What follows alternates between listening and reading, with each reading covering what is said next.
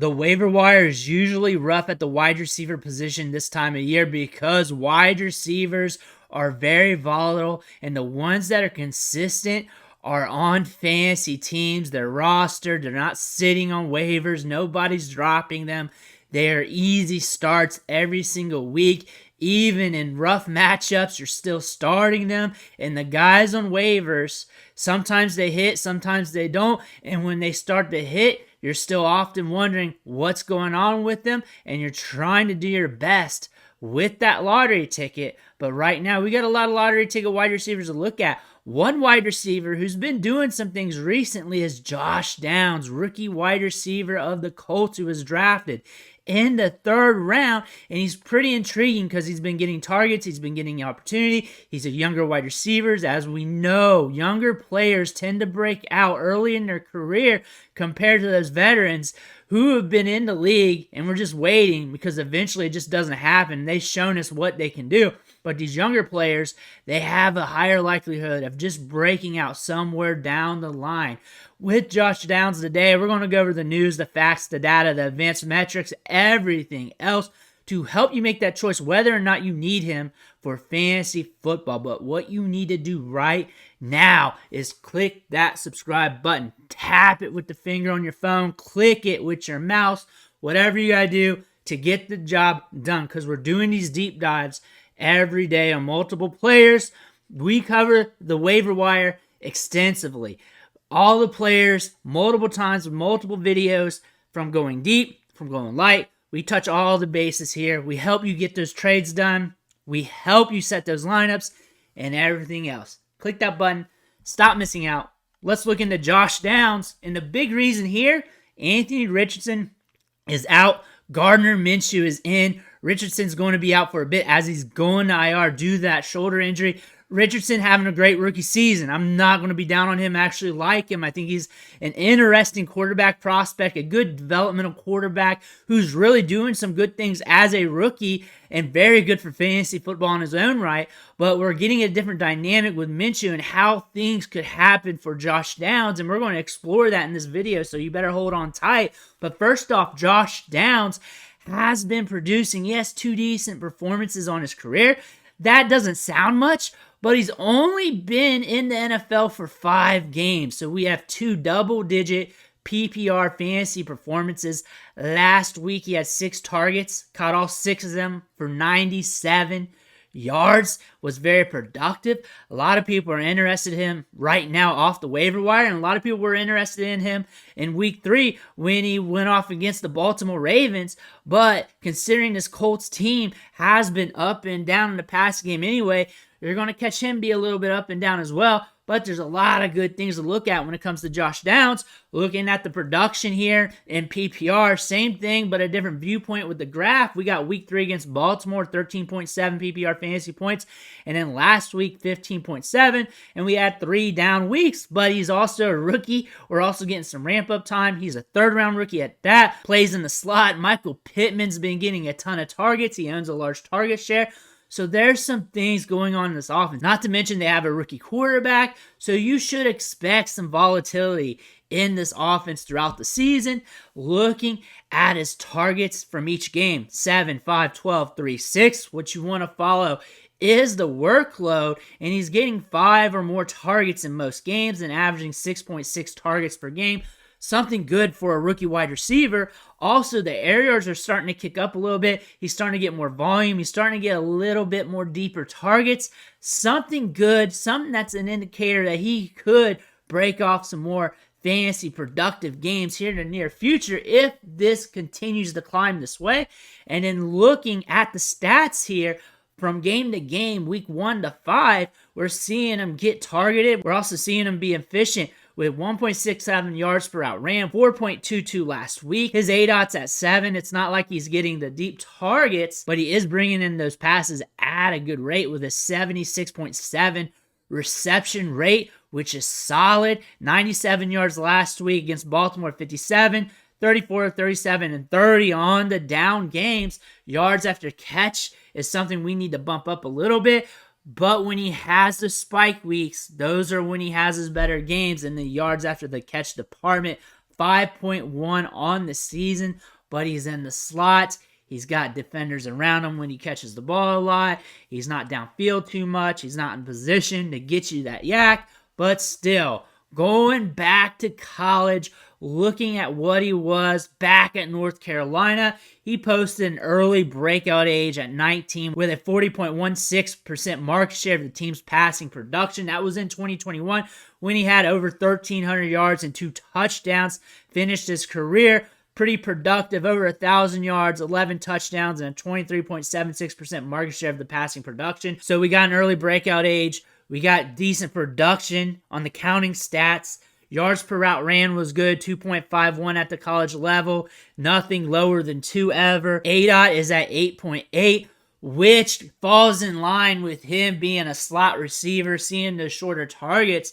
However, when you go back to the tape, you go back to the highlights, you're seeing him reel in some deep balls. You're seeing him play bigger than his size. He's very dependable. He can break off routes, create separation, and he has good hands. He can rise up a little bit. He times the ball well when it's in the air. He has very good ball skills. He gives you a little bit more in the slot. He also plays about 20% of his snaps, maybe about 15 to 20 on the outside. Because he's nuanced, he can break off routes, create that separation. You can put him everywhere. You just want him in the slot a little bit more. So you're going to see him with a shorter ADOT because that's just part of his game. That's what it's going to be like. So from a fantasy football perspective, we need volume and targets for him to rack up fantasy production on a consistent basis. Going to his draft profile here, he got drafted in the 3rd round. 5'9", 171 pounds, smaller wide receiver, but that was a story of this year's wide receiver class. At the top end, we had a lot of small guys. In the 1st round, you had 2 or 3 of them, and then they trickled down to the 2nd round with Mims, and then the 3rd round with Josh Downs.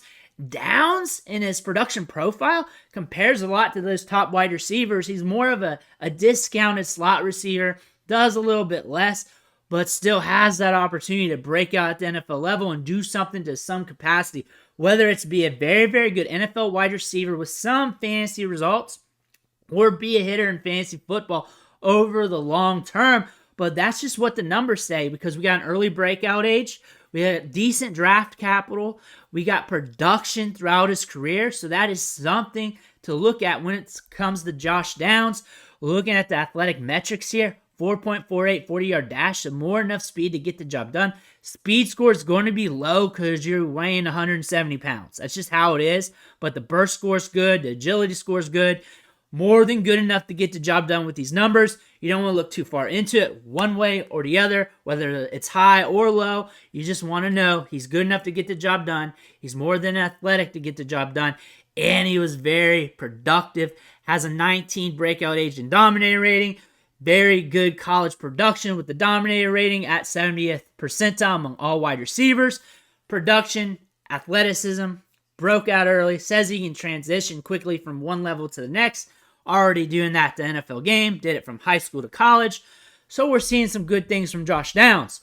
Now we're looking at this team here. They run 64 plays per game, 35 pass plays, 29 run plays. Michael Pittman is the target hog at 29%. That's an elite target share. That's hard to break. You're not going to steal from that. He is the alpha in this offense. And in a low volume passing offense, you usually want the alpha. That means the other wolves in the offense, the other wide receivers, they're going to be a little bit volatile, even if the good ones will be. Josh Downs could have that volatility, but we're seeing a 20% target share. He's getting targets off the rip, 33 targets on the season, 23 catches, 255 yards.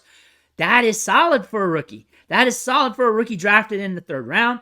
With his specs, that's a good get. That's a good get for somebody you're catching off the waiver wire. You should not be seeing wide receivers on waivers getting a 20% target share. The fact that he's on waivers in a lot of leagues means he's being slept on. Also means that this offense really corrals the other wide receivers, and Michael Pittman has been shining, and the other guys have been trying to get the crumbs.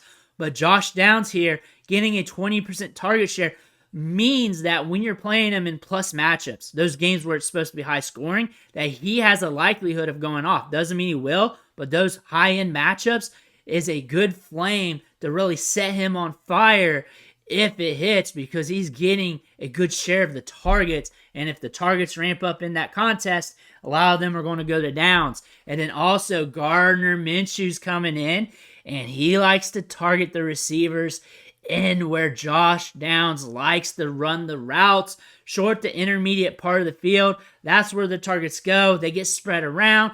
Downs seems to get a lot more workload, a lot more opportunities when Minshew is in. That's something we have noticed quantifiably when we look at these numbers here. It makes sense. The short to intermediate part of the passing game is where Josh Downs lives. That's where Minshew lives. We got a little bit of match here that's going well. So in those plus matchups, like we've been saying, when the volume's up, we're going to see Downs get some more opportunity, which could lead to fantasy production. Looking at the schedule, we got Jacksonville, Cleveland, the Saints, Carolina, New England. We got some ugly matchups. We got some good matchups.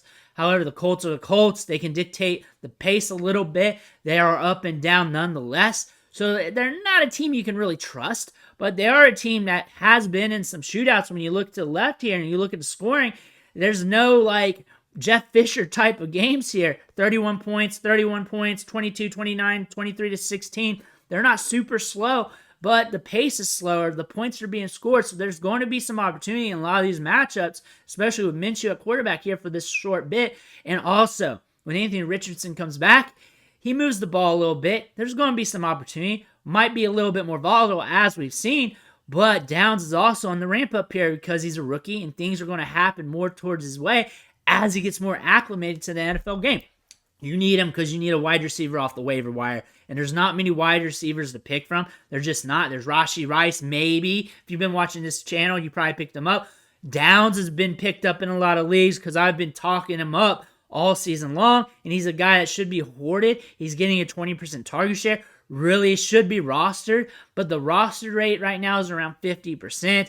He is on a lot of waiver wires right now, and he needs to be picked up. But it's also hard to pick up a guy like this in a 12-team league because a lot of you guys need to be stashing running backs. We need to be stashing running backs. That is the hot position right now. Usually when it comes to wide receivers, you pick up the free one after your fab blows through, and then you get the free pickup, and then you spend your fab on the running backs, hoping that running back hits because the running backs are easier to replace, less of a guessing game. If this guy's on waivers, he's in line to get touches. That means he gets touches, and if those touches go over the goal line, or if one breaks through, you got yourself a running back. Plus, running backs break so easily that picking up a couple extra doesn't hurt. And at the wide receiver spot, it's very up and down, very volatile from week to week, especially when you're talking about the ancillary wide receivers that we're looking at on the waiver wire. So fundamentally, you should be stashing running backs. You should be looking at the running backs right now. But if you need a wide receiver, you need somebody who's getting target share, Josh Downs could be your guy. Let me know what you think in the comments below. I want to hear about it. Make sure you hit that subscribe button on the way out. I want to thank you for watching. Catch you on the next video.